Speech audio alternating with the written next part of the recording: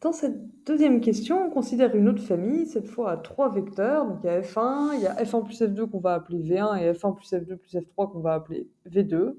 Et on se pose la même question, est-ce que c'est une famille libre? Donc on introduit à nouveau trois scalaires, mettons mu1, mu2, mu3, tels que mu1 fois F1, le premier vecteur, plus mu2 fois V1 plus mu3 fois V2, ça fasse le vecteur nul de E.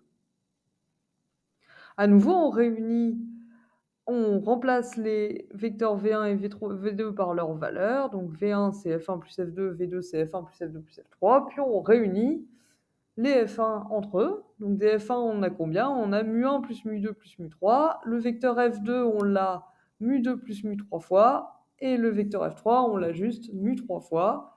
Et cette somme fait vecteur nul de E. Comme précédemment, F1, F2, F3 c'est une base, donc c'est une famille libre.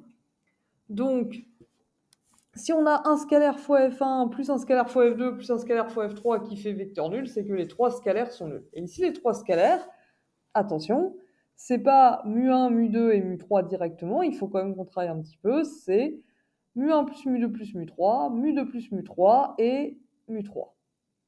Mu1 plus mu2 plus mu3, ça doit faire 0, mu2 plus mu3 aussi, et mu3 aussi. Que voilà un beau système prééchelonné, hein, il suffit de faire la remontée qui nous dit mu3 égale 0, mu2 égale 0, mu1 égale 0.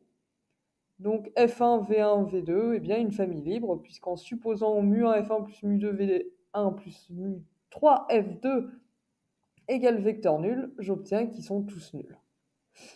Et cette fois, il s'agit d'une famille à trois vecteurs, dans un espace vectoriel de dimension 3. Je ne sais pas qui c'est pas forcément R3, encore une fois. Mais en tout cas, c'est un espace vectoriel de dimension 3. Donc toute famille libre à trois vecteurs de E, ça doit être une base. Donc c'est le cas ici.